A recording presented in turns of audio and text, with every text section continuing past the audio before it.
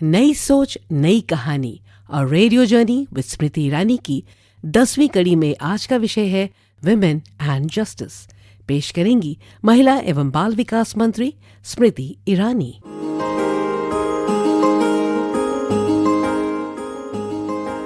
नई सोच नई कहानी में आप सबका स्वागत है। आज कहानी उनकी जो इंसाफ के लिए लड़े, आज कहानी उनकी जो इंसाफ की चाह में निकले थे घर से और इंसाफ न सिर्फ मिला बल्कि सरकार से सहयोग भी। आज कहानी उनकी जो इंसाफ दिलवाते हैं और भारत सरकार हो या फिर इंसाफ की तराजू को लेकर खड़ी वो महिला जो आंख पर पट्टी बांधे है, उसकी कोर्ट में महिला को इंसाफ दिलाने वाले ऐसे लोगों की कुछ कहानी आज श्रोताओं को कहना चाहती हूँ कि हमारे संग हैं महिला और बाल विकास मंत्रालय के सचिव इंदिवर पांडे जी और एडिशनल डिस्ट्रिक्ट और सेशंस जज दिल्ली की हायर जुडिशियल सर्विस से मिस श्रेया अरोड़ा मेहता जी। पांडे जी, आपसे शुरुआत करना चाहूंगी। हमारे देश में निर्भया फंड के बारे में बहुत चर्चाएं होती हैं, लेकिन मैं चाहती हूँ कि हमारे श्रोता समझें कि ये फंड होता क्या है, भारत सरकार इसका संचालन कैसे करती है। जी, निर्भया फंड जो है, जो विख्यात निर्भया केस था उसके बाद शुरू किया गया था। 2013 में इस पहली बार स्टैब्लिश किया गया, परंतु 2013 तक इसमें कोई भी प्रोजेक्ट नहीं सैंक्शन हुआ था। 2014 के बाद जो है निर्भया में प्रोजेक्ट सैंक्शन हुए और सरकार ने एक इनिशियल कॉर्पस दिया था। उसके बाद से 500 करोड़ करके हर साल में इसमें दिया जाता है। अभी तक इसमें जो है टोटल 7,212 करोड़ का अमाउंट निर्भया फंड में है और इसमें बेसिकली महिलाओं की सुरक्षा और एम्पावरमेंट के लिए जो प्रोजेक्ट्स हैं वो सैंक्शन किए जाते हैं। और इसका जो प्रोसीजर है उसमें एक एम्पावर्ड कमेटी होती है जो कि ministry of women and child development के सेक्रेटरी की अध्यक्षता में होती है और उसमें जो लिंक डिपार्टमेंट हैं जैसे कि ministry of home affairs, railways, road transport and highways, school education, मतलब जिन जिन की जरूरत पड़ती है महिला सुरक्षा की तरफ से, वो सारे के सारे इसके मेंबर होते हैं। तो क्या ये कहना उचित है कि भारत सरकार की चाहे कोई भी इकाई हो अथवा प्रदेश सरकार का कोई भी प्रस्ताव हो जो महिला को सुरक्षित करता हो और अगर महिला किसी चुनौती का सामना कर रही है तो विशेष उसकी व्यवस्था करता हो, तो वो सारे काम और उसका आर्थिक सहयोग आप निर्भया फंड के माध्यम से देते हैं? इसमें 2 तरह के प्रोजेक्ट आते हैं। एक प्रोजेक्ट होते हैं जो कि केंद्रीय सरकार की एजेंसीज अपने मंत्रालय के माध्यम से हमारे पास लाती हैं और इनका डायरेक्ट इम्प्लीमेंटेशन होता है सेंट्रल मिनिस्ट्रीज के थ्रू। जैसे रेलवे की इंटीग्रेटेड इमरजेंसी रिस्पांस सिस्टम है रेलवे का, जिसमें कि 900 के करीब रेलवे स्टेशंस पे सीसीटीवी लगाए जा रहे हैं। इसके अलावा आरपीएफ को हमने टैब्स दिए हैं ताकि विमेन पैसेंजर्स को हम ट्रैक कर सकें। तो रेलवे जो पुलिस फोर्स है उनको आपने डिजिटली एम्पावर किया है ताकि अगर महिला को ट्रेन में किसी प्रकार की व्यवस्था या सहयोग चाहिए तो उनके पास एक टैब हो ताकि वो उस महिला की डिजिटल सर्विस ट्रैक करते हैं उसकी जर्नी के दौरान कि कहीं ऐसा तो नहीं है कि किसी तरह की उसको असुविधा हुई। अगर कोई सिंगल लेडी है इस तरह की, फेशियल ऑथेंटिकेशन उन्होंने शुरू किया है जिसमें कि अगर कोई ट्रैफिकिंग का क्रिमिनल है या वो है उसको वो देख के सिस्टम से ही आइडेंटिफाई कर लेते हैं कि मतलब कि महिला और बच्चों की जो तस्करी करते हैं उनकी जो जानकारी हमारी सरकार के पास है, उस जानकारी के आधार पर अगर ऐसा कोई संदिग्ध व्यक्ति ट्रेन में है तो उसको भी धरपकड़ किया जाता है पुलिस द्वारा। जी बिल्कुल बिल्कुल सही। आपने कहा 2014 के बाद से ही ऐसे प्रोजेक्ट्स सैंक्शन होना शुरू हुए भारत सरकार द्वारा। क्या ये कहना सही होगा कि हमारे देश में कभी भी हर प्रदेश द्वारा संचालित एक महिला हेल्पलाइन हो, हर जिले में एक महिला वन स्टॉप सेंटर हो ताकि एक ही सेंटर में अगर महिला किसी चुनौती का सामना करती है, प्रताड़ित है, अगर किसी भी क्राइम की वो विक्टिम है तो उसको पुलिस की मदद, वकील की मदद, मेडिकल मदद, ये सब एक छत के नीचे हर जिले में। ये क्या 2014 से पहले कोई व्यवस्था नहीं थी ऐसी? जी मैडम, इस तरह की कोई भी व्यवस्था नहीं थी। इनफैक्ट सबसे पहले विमेन हेल्पलाइन जो कि सारे राज्यों में शुरू की गई वो सैंक्शन की गई हमारी मिनिस्ट्री की तरफ से और आज ये विमेन हेल्पलाइन 34 राज्यों और संघ शासित प्रदेशों में चल रही है जिसमें 64 लाख से अधिक महिलाओं को मदद मिली है और यहाँ पे करीब 1.26 करोड़ कॉल्स आई हैं। इसमें 1,26,00,000 महिलाओं ने हेल्पलाइंस के माध्यम से मदद मांगी और उनको मदद दी गई। जी, इसके अलावा जहाँ तक हम वन स्टॉप सेंटर की बात करते हैं तो हमने 801 वन स्टॉप सेंटर अप्रूव कर दिए हैं जिसमें कि हर जिले में हैं और जो बड़े जिले हैं वहाँ पे 2-2 करके वन स्टॉप सेंटर किए गए हैं।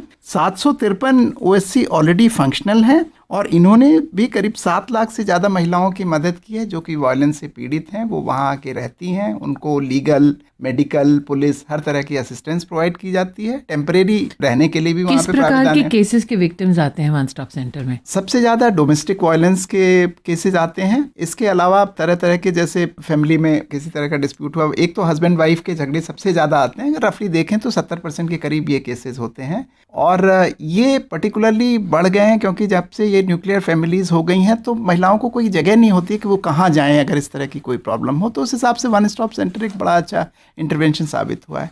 इसके अलावा कई बार वायलेंस ना भी हो तो भी परेशान हो जाती हैं, कभी कभी जो है इतना काम का दबाव है या कुछ, तो मानसिक तनाव में आ जाती हैं, तब भी महिलाएं इसमें आती हैं। और कई केसेस में इवन की देखा गया जब फैमिली में सेक्सुअल हैरेसमेंट वगैरह है, उस तरह के भी केसेस जो है। तो अगर महिला घरेलू हिंसा की शिकार हो या फिर मानसिक कोई प्रताड़ना हो, रेप का कोई केस हो, छीना झपटी का कोई केस हो, ऐसे सभी चुनौतियों में महिलाओं को विशेष मैं कहना चाहूँगी कि आपके ज़िले में निश्चित रूप से वन स्टॉप सेंटर कार्यरत है। आप कृपया अपने ज़िले की वन स्टॉप सेंटर की जानकारी जो है वो ऑनलाइन उपलब्ध है।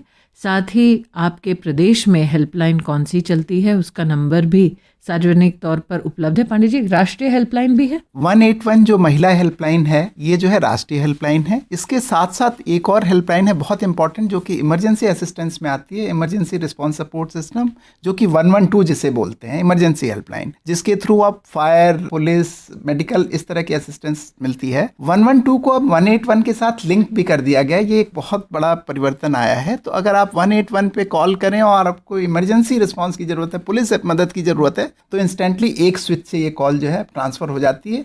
ये हमने करीब करीब सारे राज्यों में कार्यरत कर दिया है। तो 112 या 181 महिलाएं अगर मुसीबत में हैं तो इन नंबर्स पर मदद मांग सकती हैं और मदद मिलती है। पांडे जी, एक चीज़ और जो आप निर्भया फंड के अंतर्गत जिसे फंड करते हैं वो है फास्ट ट्रैक कोर्ट। जी, कोर्ट की विशेष व्यवस्था देश भर में 1000 से ज़्यादा भारत सरकार ने नरेंद्र मोदी जी के नेतृत्व में स्थापित की। मेरी जानकारी में यह है कि लगभग 1,60,000 केसेस में अब तक महिलाओं को इन कोर्ट्स में न्याय मिल चुका है। इसके बारे में थोड़ा बताइए। जहाँ तक फास्ट ट्रैक कोर्ट्स की बात है, 758 फास्ट ट्रैक कोर्ट जो है अभी तक अप्रूव किए जा चुके हैं। इनफैक्ट फंक्शनल हैं 758 फास्ट ट्रैक कोर्ट्स, जिसमें से 412 एक्सक्लूसिव पॉक्सो के कोर्ट हैं। और इन कोर्ट्स में अभी तक 2 लाख से ज़्यादा केसेस डिस्पोज ऑफ किए जा चुके हैं। अभी तक हमने इस पे 735 करोड़ जो है खर्च किया है इन फास्ट ट्रैक कोर्ट्स में।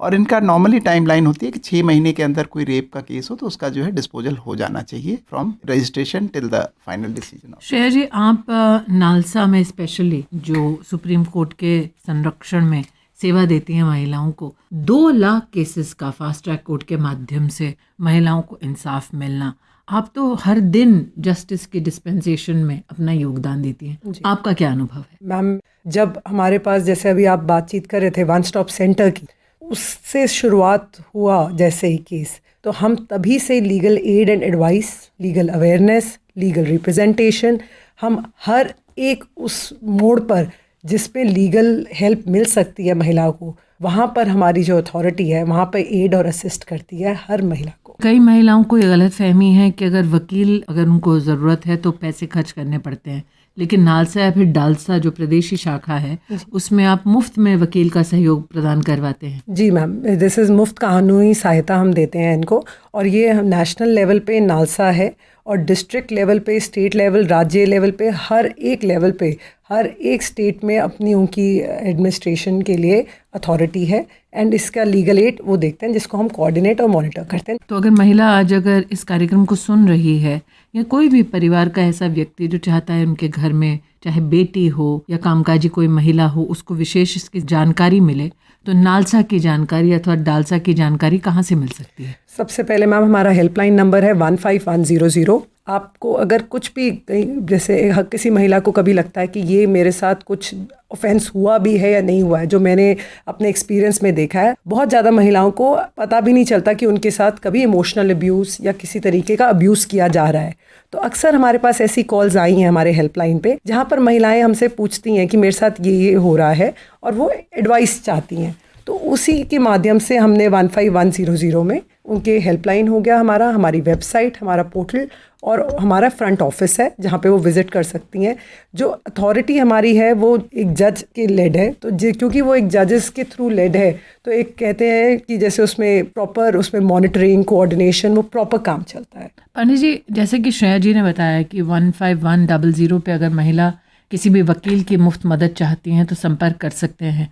आपका विभाग मात्र महिला अगर मुसीबत में है तब मदद नहीं करता, तब भी मदद करता है। अगर महिला कामकाजी हो या पढ़ने के लिए एक नए शहर में आए तो आवास की, वर्किंग वुमेन हॉस्टल की भी आप लोग व्यवस्था करवाते हैं? जी, वर्किंग वुमेन हॉस्टल इनफैक्ट हमारा बहुत बड़ा कंपोनेंट है मिशन शक्ति का। और ज़्यादा से ज़्यादा महिलाओं को कार्य क्षेत्र में लाने के लिए बहुत ज़रूरी है कि हम ज़्यादा से ज़्यादा वर्किंग वुमेन हॉस्टल खोलें। और इसके लिए हम निर्भया फंड का बहुत सक्सेसफुली इस्तेमाल कर रहे हैं, क्योंकि अब जो है हम मिशन शक्ति से केवल उनके मैनेजमेंट का पैसा देते हैं, पर नए अगर आप WWH खोलना चाहें, स्टेट्स खोल रहे हैं बहुत सारे, हमारे पास निर्भया फंड में प्रपोजल्स भी आ रहे हैं, उसमें हम जो है वर्किंग वुमेन हॉस्टल्स बना रहे हैं ताकि स्टेट्स जो है ज़्यादा से ज़्यादा महिलाओं को एक सेफ वातावरण दे सके जहाँ से वो रह के अपनी जो है पढ़ाई पूरी कर सकें उच्च शिक्षा की, एवं जहाँ पे वो कामकाजी महिलाएं हैं तो वो काम कर सकें सुरक्षित तरीके से। अगर बच्ची है कोई, उसकी भी मदद होती है आपके विभाग के द्वारा? जी हाँ मैम, विमेन हेल्पलाइन जैसे कि है, और इसके अलावा हम एक नई परिकल्पना लाए हैं जो कि इस वर्ष से शुरू हो रही है, hub for empowerment of women at district level.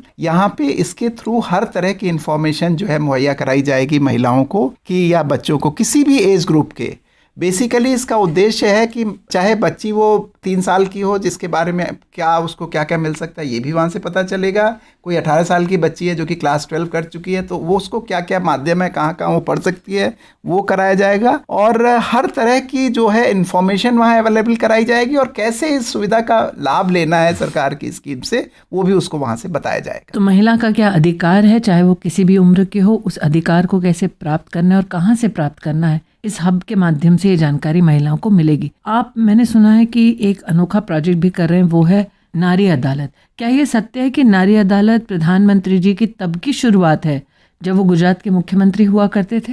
जी हाँ, इनफैक्ट नारी अदालत जो है गुजरात में बहुत सक्सेसफुली चल रही है, और इसका ये उद्देश्य था कि जो एक महिलाओं के, मान लीजिए कोई डिस्प्यूट्स हों, किसी भी तरह के डिस्प्यूट्स हों, तो हर चीज़ में कोर्ट जाना संभव नहीं होता है, और कोर्ट से रिलीफ मिलने में भी कई बार बहुत समय लगता है। तो ये देखा गया कि वहाँ की जो लोकल महिलाएं हैं, जो कि ऐसे स्वयं सहायता समूह के जो मेंबर्स हैं, इन सब को लेके, लोकल पंचायत है, इन सब को करके अगर एक 8-9 लोगों की एक इस तरह से अदालत बनाई जाए जो कि लोकली वहाँ पे उस समस्या का समाधान कर सके, तो उस हिसाब से उन्होंने शुरू किया था, और ये बहुत सक्सेसफुल रही। जैसे कि हम देखें कि वन स्टॉप सेंटर में भी कुछ इसी तरह की काउंसलिंग करके फैमिली में अगर कोई डिस्प्यूट हो तो उस तरह का सॉल्यूशन किया जाता है, लेकिन नारी अदालत उससे कहीं वाइडर कॉन्सेप्ट है और लोकल लेवल तक गया है, क्योंकि ये पंचायत तक गया है, तो इसके बड़े अच्छे फल आ रहे हैं। हमने ऑलरेडी इसको जो है इस वर्ष पायलट बेसिस पे आसाम में और जम्मू एंड कश्मीर में नारी अदालत को शुरू किया है। एक बार जब ये चल जाएगा हम इसको पूरे देश में ले जाएंगे। आज जितने श्रोता हैं, मेरा उनसे विशेष आग्रह है कि इस छंद में जितने हेल्पलाइंस के बारे में आपने जानकारी प्राप्त की, वो निश्चित रूप से अपने घर परिवार में महिलाओं तक ज़रूर पहुंचाएं। वो लोग जो वर्तमान में ऑफिस की ओर रवाना हुए हैं, शायद अपनी गाड़ी में, बस में, ट्रेन में हमें सुन पा रहे हैं, मेरे आपसे निवेदन है कि आप महिला की हेल्पलाइन जो है 181 और 112, उसकी जानकारी निश्चित रूप से महिलाओं तक पहुंचाएं। और जैसे कि श्रेया जी ने कहा है कि अगर आपको वकील की मुफ्त की मदद की ज़रूरत है तो बिल्कुल निसंकोच, बिना डरे 15100 पर सरकार से, वकीलों से संपर्क करें। चाहे मुसीबत कोई भी हो, चाहे चुनौती कोई भी हो, मिलकर हम आपको समाधान देने के लिए प्रयत्नशील हैं। मिलकर हम सब आपको समाधान देने के लिए संकल्पित हैं। तो जब कोई बात बिगड़ जाए, फोन जरूर करें।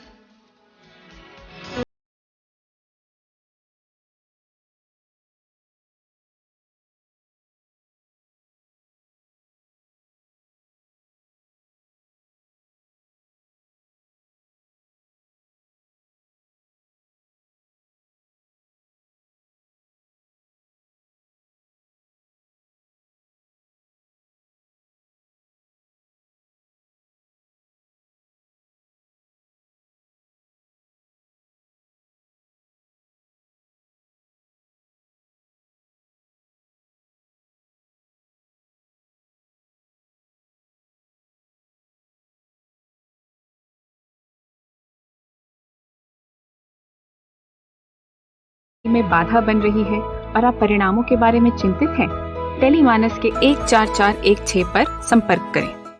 कानूनी मदद और सलाह दिलाती, टेलीलॉ हमें सही राह दिखाती।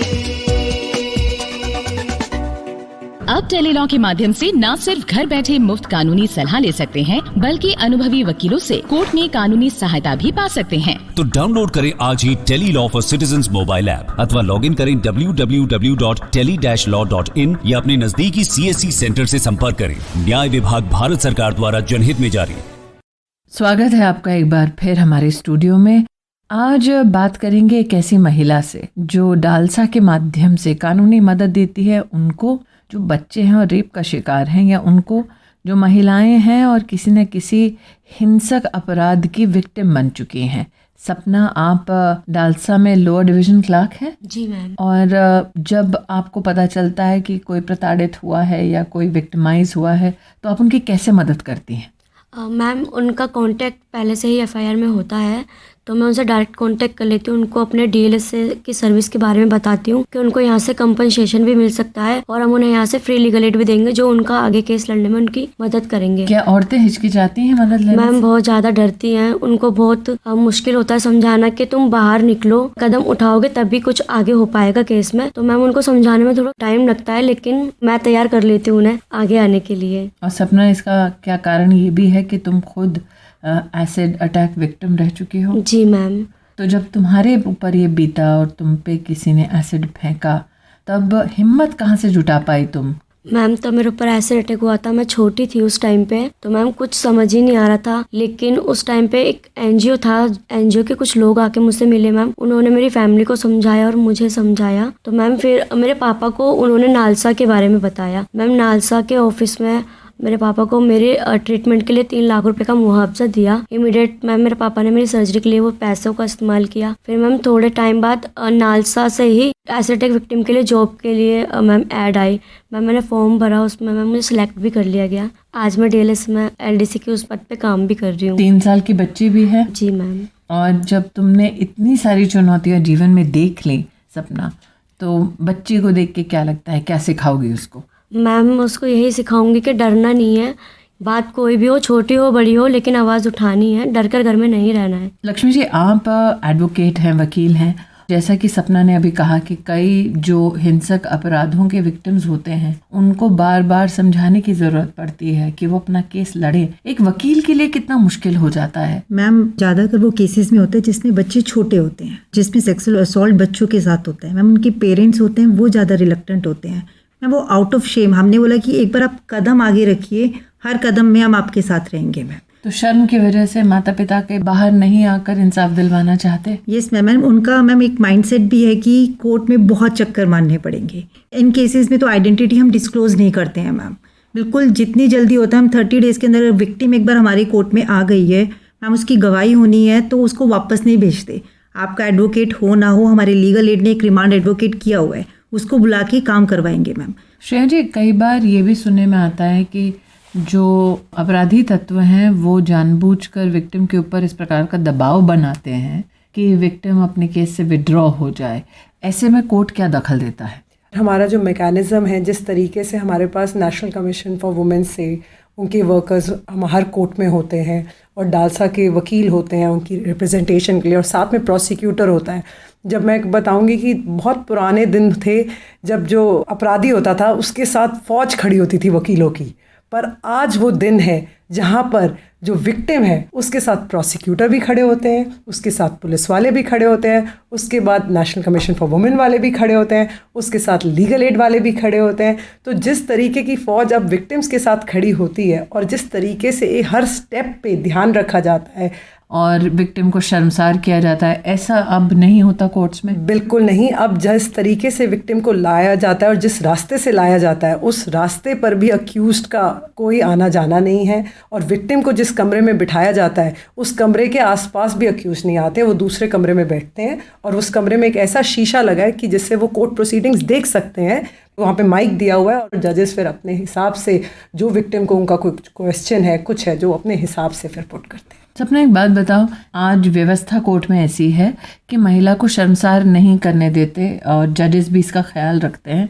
तो जब आप विक्टिम से खुद संपर्क करती हैं तो कितनी विक्टिम्स ऐसी हैं जिनको पता भी है कि उनको कॉम्पनसेशन भी मिल सकता है? मैम हमारा जो डीएलएस का ऑफिस है मैम, वहाँ से हम महीने में 10-12 अवेयरनेस प्रोग्राम कराते हैं। हमारे एडवोकेट्स हैं मैम, वो जाके जगह जगह अवेयरनेस प्रोग्राम करते हैं और महिलाओं को जागरूक करते हैं कि ऐसा कुछ है जो डीएलएस से एक ऑफिस है, यहाँ पे फ्री लीगल एड कॉम्पनसेशन वगैरह की सुविधा उपलब्ध है। लक्ष्मी, जब एक एडवोकेट महिला विक्टिम को सहयोग दे रही होती है तो उनका कितना ध्यान इस बात पर रहता है कि केस लड़ना और कितना कि महिला को कॉम्पनसेशन भी मिल जाए? मैम बहुत से लोग होते हैं कि पुअर फैमिली से होते हैं, बहुत बार होता है कि बच्चा स्कूल जाना छोड़ देता है शर्म की वजह से। मैम कभी कभी होता है पेरेंट्स बिल्कुल सिटी चेंज कर लेते हैं, तो हम सबसे पहले में कि इंटरिम कॉम्पनसेशन की वो लगाते हैं एप्लीकेशन मैम, कि फॉर अ टाइमिंग या तो मेडिकली या फाइनेंशियली पुअर फैमिली है तो उसको मिल जाए, कि फैमिली को थोड़ा सपोर्ट कर दें मैम, फिर इंसाफ की तरफ माँ आगे बढ़े। जैसा कि आप सबने सुना श्रेया जी से, लक्ष्मी जी से और विशेष सपना से, जो एसिड अटैक की विक्टिम भी रही, उसने सरवाइव भी किया और दूसरी महिलाएं या बच्चे जो प्रताड़ित हैं उनकी मदद करती है कि अगर आप किसी भी ऐसी मुसीबत में हैं जहां पर आपको पुलिस की व्यवस्था की जरूरत है, वकील की जरूरत है, तो आप नालसा से संपर्क कर सकते हैं 15100 पर, ताकि आपको वकील मुफ्त में मुहैया कराया जाए, आपको कॉम्पनसेशन भी मिलेगा। लेकिन सबसे बड़ी बात, इंसाफ पाने के लिए आप अकेले नहीं होंगे। इसलिए पुनः आपसे मेरा आग्रह कि 15100 पर संपर्क करें। और जो लोग परिवारों में हैं, जो अगर महिला प्रताड़ित होती है या बच्चा प्रताड़ित होता है तो शर्मसार होते हैं, उनसे कहना चाहती हूँ कि उन्हें उड़ने दो, हिम्मत दो, ताकि अपनी लड़ाई को नींद में परेशानी होती है या आप बीच रात बार बार जगते हैं, टेलीमानस के 14416 पर कॉल करें और हमारे प्रशिक्षित परामर्शदाता आपकी सहायता करेंगे। Order order order. ये अदालत मुल्जिम विकी सिंह को निवेशकों को गलत जानकारी देने और उन्हें गुमराह करने का दोषी पाती है। जज साहब, मुझे गलती सुधारने का एक मौका दीजिए जज साहब। जज साहब, इन्हें तो अब मौका नहीं मिल सकता, लेकिन आपके पास अब भी मौका है। निवेशकों को जब भी कोई योजना समझाएं, उन्हें गलत जानकारी या कोई गलत बात ना बताएं, क्योंकि ऐसा करना आपके लिए भारी पड़ेगा। Investor education and protection fund authority, corporate कार्य मंत्रालय, भारत सरकार द्वारा जनहित में जारी। स्वागत है आपका एक बार फिर हमारे स्टूडियो में, और इस बार बात होगी उन महिलाओं के साथ जो वन स्टॉप सेंटर चलाती हैं।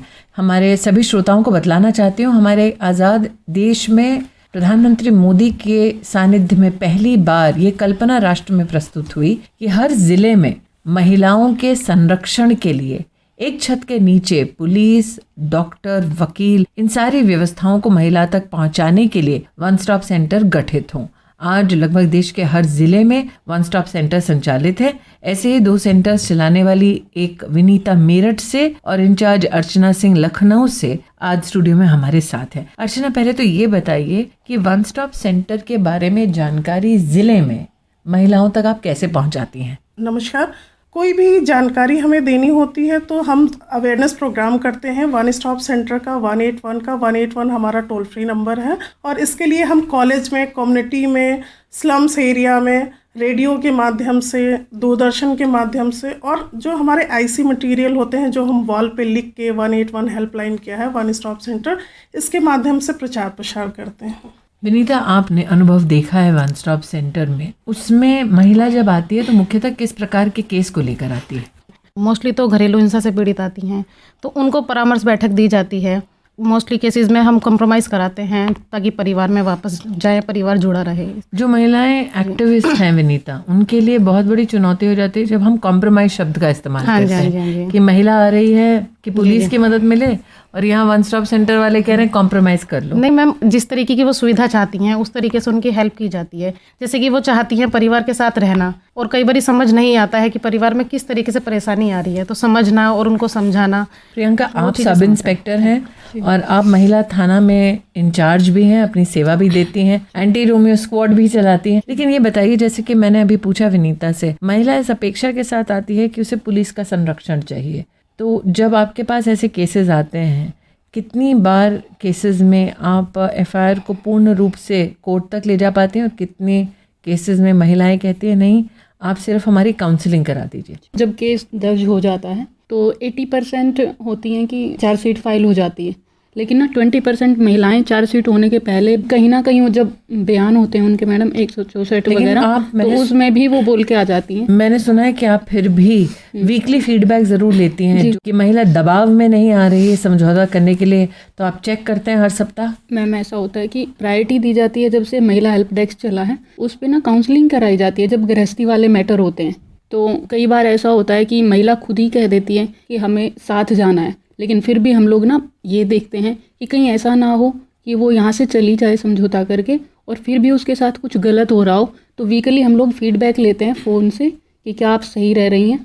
आप उत्तर प्रदेश में विख्यात एंटी रोमियो स्क्वाड को भी महिला थाना मेरठ के माध्यम से संचालित करती हैं। तो एंटी रोमियो स्क्वाड के लिए लड़कियों की छेड़खानी की वारदातें आती हैं, केसेस आते हैं, तो आप क्या स्वयं जाते हैं मौके पर? जी, हम लोगों की एक टीम होती है मैम, जिसमें सिपाही रहती हैं और हम लोग होते हैं। तो पूरी टीम हमारी ना कॉलेज, पार्क और जो कोचिंग सेंटर वगैरह हैं उनके सामने होती है।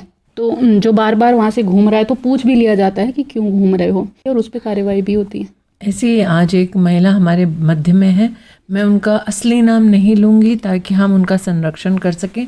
शबीना नाम से उनको हम बुलाएंगे। शबीना, आप बाल विवाह और घरेलू हिंसा के लिए मदद मांगने के लिए वन स्टॉप सेंटर आई थी। Yes ma'am. और क्या हुआ था आपके साथ? मैम 181 टोल फ्री नंबर था वन स्टॉप सेंटर का, उस पर मैम मैंने कॉल किया, फिर वहाँ से मैम मेरा रेस्क्यू हुआ। फिर मैम मैं मानसिक रूप से बहुत ज़्यादा परेशान थी, फिर मैम का और टीम का बहुत सहयोग रहा। और आज जो महिला सुविधा मांग रही थी वो दूसरों की मदद करती है? जी मैम। चाइल्ड लाइन में मदद कर रही है, मैंने सुना। जी यस मैम, ऐसे ही। तो एक बात बताओ कि तुमने खुद एक विक्टिम के नाते वन स्टॉप सेंटर से मदद पाई। Yes ma'am. अब तुम दूसरे विक्टिम्स की मदद करती हो अपने अनुभव से। तो अर्चना जी, आपने एक जैसे कि कहा कि अगर महिला आपके सेंटर में आए मदद मांगने के लिए, तो न सिर्फ उसे मदद मिलती है बल्कि संबल ऐसा कि वो अपने पैरों पर फिर खड़ी हो सके। जी मैम, हमारा जो मुख्य उद्देश्य है मैम कि किसी भी महिला की हम इस प्रकार सहायता करें कि भविष्य में वो अपनी सहायता स्वयं कर सके और दूसरों की करे, उससे जोड़ने का उद्देश्य है। जैसे कि अभी सबीना का हमने बताया रेस्क्यू हुआ, जो हमारे सामने एक उदाहरण बैठी है, और इनका रेस्क्यू के साथ साथ हम लोगों ने इनको तुरंत ही कौशल विकास मिशन से जोड़ा, साथ में डालसा की सुविधाएं इन्हें दी गई और कंप्यूटर की अच्छी ट्रेनिंग ली, और आज ये चाइल्ड लाइन में केस वर्कर के पद पे काम कर रही है। तो मैम ये एक बड़ा अचीवमेंट है। अचीवमेंट एक नौकरी नहीं है, अचीवमेंट ये है कि एक महिला को खड़ा करना है, उसको मानसिक रूप से मजबूत करना है। जैसे अर्चना जी ने कहा कि उपलब्धि ये नहीं है कि नौकरी दिलवाई, उपलब्धि ये कि शबीना अपने पैरों पर इतनी सारी चुनौतियों के बावजूद दोबारा खड़ी हुई। और शबीना की कहानी ही बतलाती है हिंदुस्तान की औरत की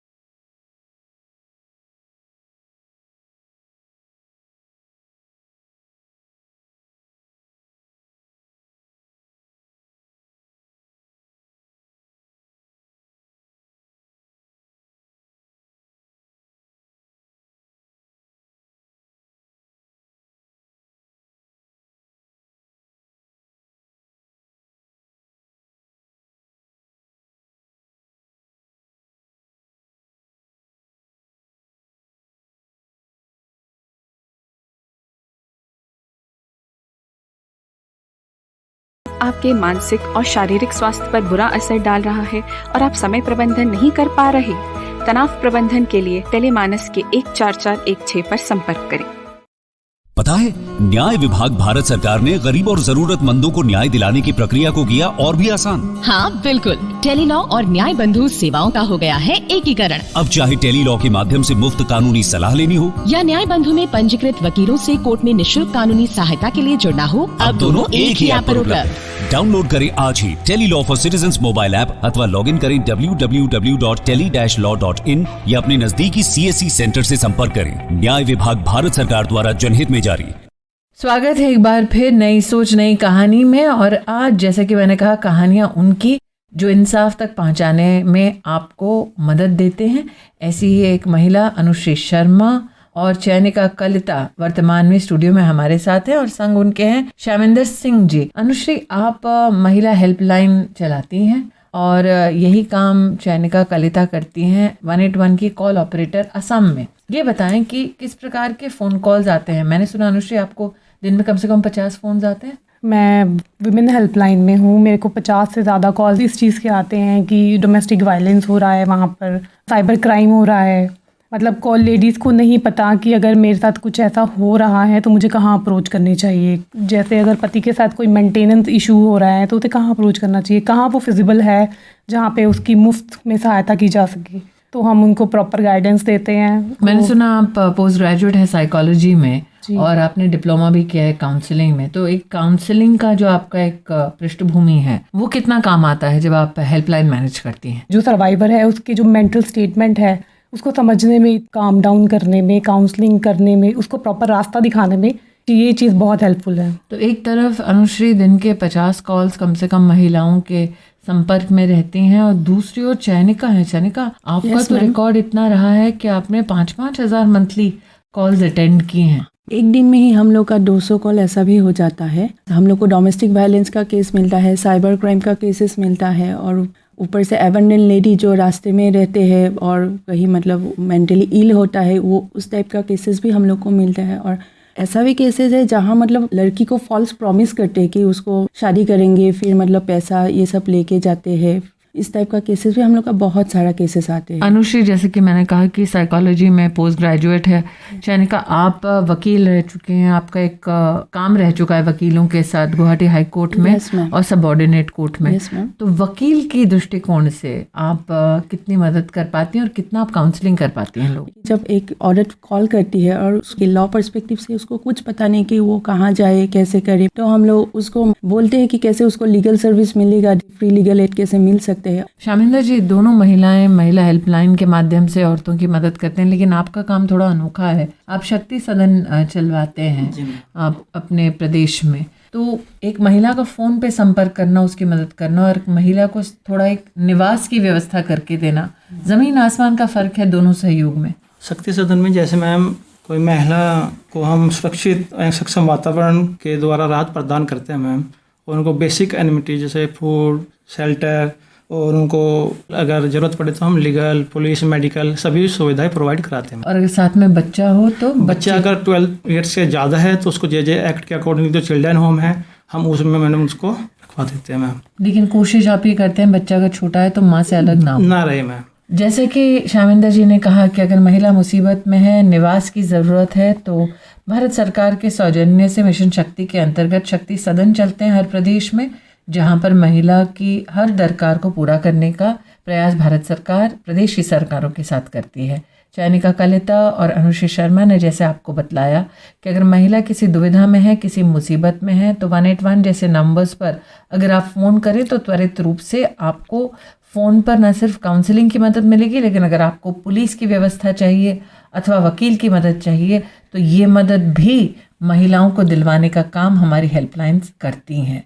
इसलिए तो महिलाएं कहती हैं कि हक क्या है वो जानना ज़रूरी है, उस अधिकार को पाना कैसे है ये भी जानना ज़रूरी है। कुछ लोग एक शायराना अंदाज में कहते नहीं हैं कि साडा हक इत्थे रख।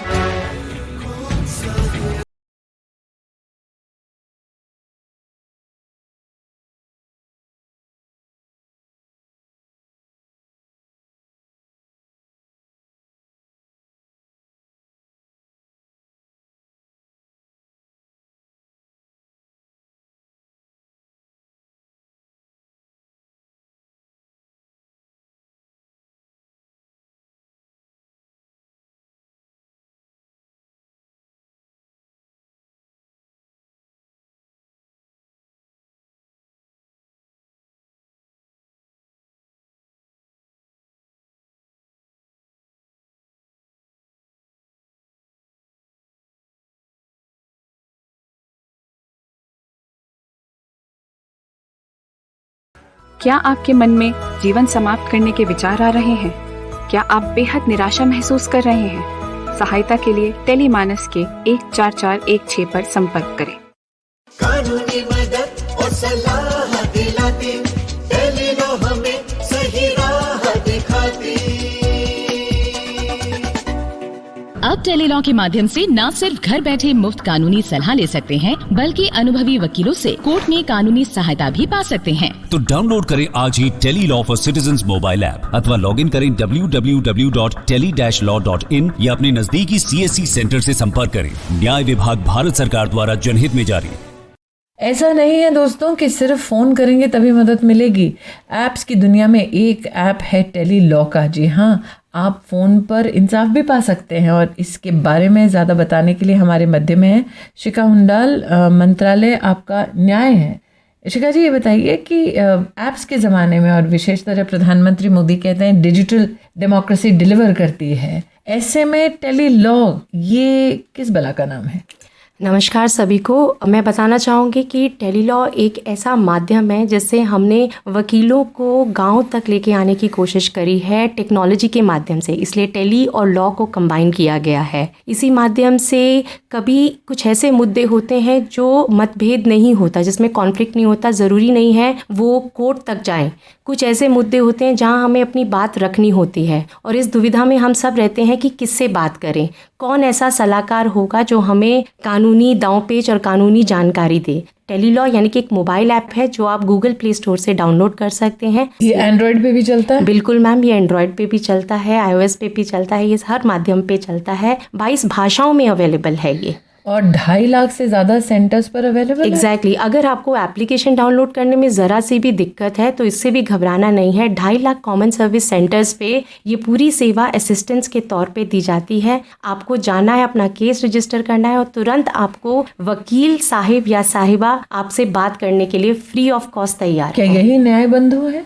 नहीं मैम, न्याय बंधु में एक थोड़ी हमने कड़ी और जोड़ी है। कई बारी हम सलाह देते देते हमें लगता है कि मेरा मुद्दा है जो मुझे लड़ने की ज़रूरत है, कोर्ट में जाने की ज़रूरत है, उसमें हम न्याय बंधु के माध्यम से, न्याय बंधु मतलब प्रो बोनो, स्वयं सेवा से वकील ऐसे जुड़ रहे हैं जो महिलाओं को और जो सेक्शन 12 में जो हमारे लीगल सर्विसेज अथॉरिटी एक्ट के माध्यम से इन सभी लोगों को रिप्रेजेंट करते हैं फ्री ऑफ कॉस्ट कोर्ट के अंदर। राजेश कुमार जी, आप CEO हैं Indian cyber crime coordination centre के। जैसे कि अभी शिखा जी ने कहा कि 2.5 लाख से ज़्यादा कॉमन सर्विस सेंटर्स हैं, वहाँ पर डिजिटली अब लीगल सहयोग, न्यायिक सहयोग जनता को मिलती है। लेकिन डिजिटल का ये माध्यम ऐसा भी है राजेश जी जहाँ पर महिला को प्रताड़ित भी किया जाता है, शर्मसार किया जाता है, कभी ट्विटर पर, कभी फेसबुक पर, व्हाट्सएप पर परेशान किया जाता है। ऐसे में आपका जो साइबर क्राइम डिवीज़न है उससे महिला को, प्रताड़ित बच्चों को कैसे आप सुरक्षित कर पाते हैं? गृह मंत्रालय भारत सरकार का पोर्टल है national cyber crime reporting portal, जिसका URL है www.cybercrime.gov.in। तो साइबर क्राइम की सभी शिकायतें इस पर रजिस्टर की जा सकती हैं।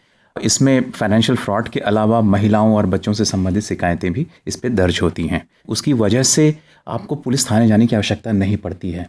आप वो शिकायतें डायरेक्टली स्टेट नोडल को, स्टेट SP को और कंसर्न पुलिस स्टेशन को डायरेक्टली यहाँ से चली जाती है। मतलब कि अगर आपका साइबर की दुनिया में, इंटरनेट की दुनिया में व्हाट्सएप के माध्यम से, फेसबुक के माध्यम से, यूट्यूब के माध्यम से या फिर X जो ट्विटर कहते थे उसके माध्यम से, इंस्टाग्राम के माध्यम से अगर कोई छल कपट करता है और महिला की अश्लील तस्वीरें लगाता है या महिला को बुली करता है या पोर्नोग्राफी दिखाता है किसी बच्चे की, किसी महिला की, ऐसे में महिला उस प्लेटफॉर्म से अपने ऊपर किए हुए वो सारे फोटोग्राफ्स उतरवाए कैसे? मैम, अगर आप साइबर क्राइम पोर्टल पे कंप्लेन करते हैं तो कंसर्न पुलिस ऑफिसर्स इमीडिएटली उसे एस्केलेट करेंगे सोशल मीडिया इंटरमीडियरीज को और उन्हें टेक डाउन करेंगे। ऐसा तो नहीं कि औरतों को फिर कोर्ट जाना पड़ेगा तभी टेक डाउन होगा? नहीं मैम, इसमें कोर्ट जाने की आवश्यकता बिल्कुल नहीं है। इसमें अभी जो हाल में ही जो इंटरमीडियरी गाइडलाइंस हैं उसके तरह बाध्य हैं।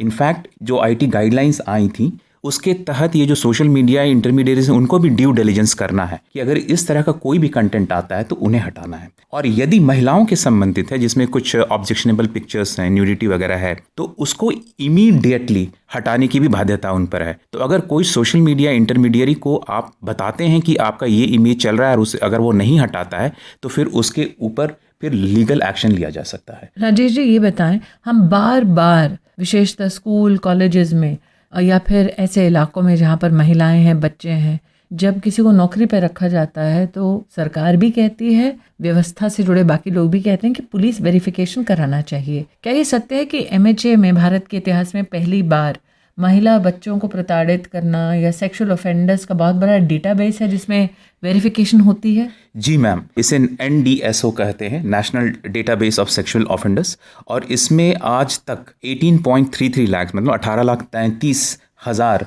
लोगों का डेटाबेस क्रिएट हो चुका है। तो जो भी जब एंटीसीडेंट चेक होता है तो इसमें वेरीफाई होता है। तो ये एक तरह से इंश्योर करता है कि गवर्नमेंट के सिस्टम में ऐसे लोग ना आ जाएं जिनका इस तरह का बैकग्राउंड है। इसलिए आज सुनने वालों से मेरा निवेदन की तो बहुत बड़ी लिस्ट है। जैसे कि राजेश जी ने कहा कि NDSO में जो महिला को प्रताड़ित करते हैं, रेप करते हैं, सेक्सुअल असॉल्ट करते हैं, ऐसे सभी ऑफेंडर्स की एक फहरिस्त है। ज़रूरी है अगर आप किसी संगठन में काम करते हैं, अगर आप कोई व्यवस्था चलाते हैं, चाहे स्कूल, कॉलेज या ऑफिस हो, या घर पर ही सही किसी व्यक्ति को काम पर रखते हैं, तो कृपया करके अपने लोकल थाने से पुलिस वेरिफिकेशन निश्चित रूप से करवाएं, बहुत ज़रूरी है।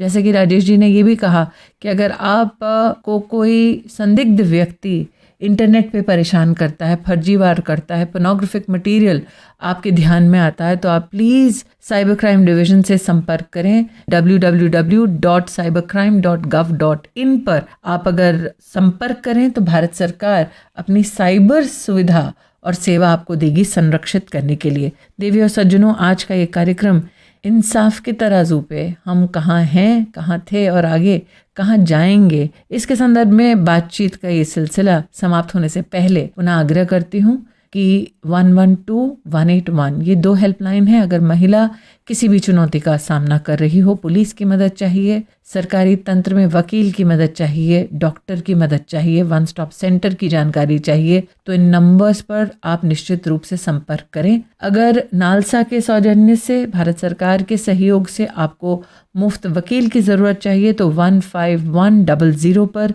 सहयोग करिए। शिखा जी ने जैसे हमको बताया, देश में 2.5 लाख से ज़्यादा कॉमन सर्विस सेंटर्स हैं जिसमें जाकर आप टेली लॉ की सुविधा प्राप्त कैसे करनी है इसकी जानकारी ले सकते हैं, या फिर गूगल स्टोर पर जाकर ऐप को खुद डाउनलोड कर सकते हैं। तो चाहे भारत सरकार के सौजन्य से निर्भया फंड के अंतर्गत हर शहर में CCTV की व्यवस्था हो, चाहे रेलवे पुलिस के माध्यम से महिलाओं को आवागमन में संरक्षित करना हो, चाहे देश के हर पुलिस स्टेशन में महिला हेल्प डेस्क बनाना हो, चाहे प्रदेश में और हर ज़िले में एंटी ट्रैफिकिंग स्क्वाड बनाना हो, नरेंद्र मोदी की सरकार महिलाओं की सुरक्षा, महिलाओं के उत्थान, महिलाओं के संरक्षण के लिए समर्पित है। और महिलाओं से कहना चाहती हूँ, अपने सम्मान के लिए, खुद के उत्थान के लिए जगा ले जज्बा।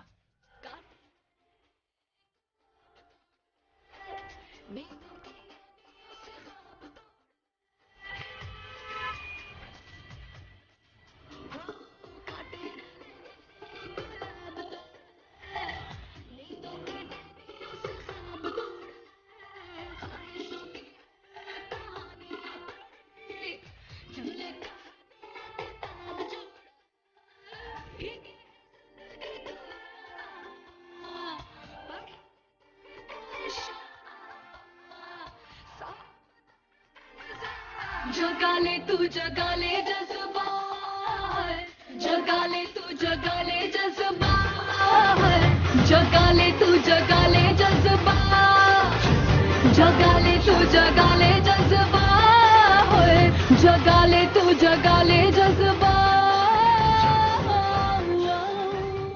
विमेन एंड जस्टिस, आज इस विषय पर आपने धारावाहिक नई सोच नई कहानी की 10वीं कड़ी सुनी, जिसे प्रस्तुत किया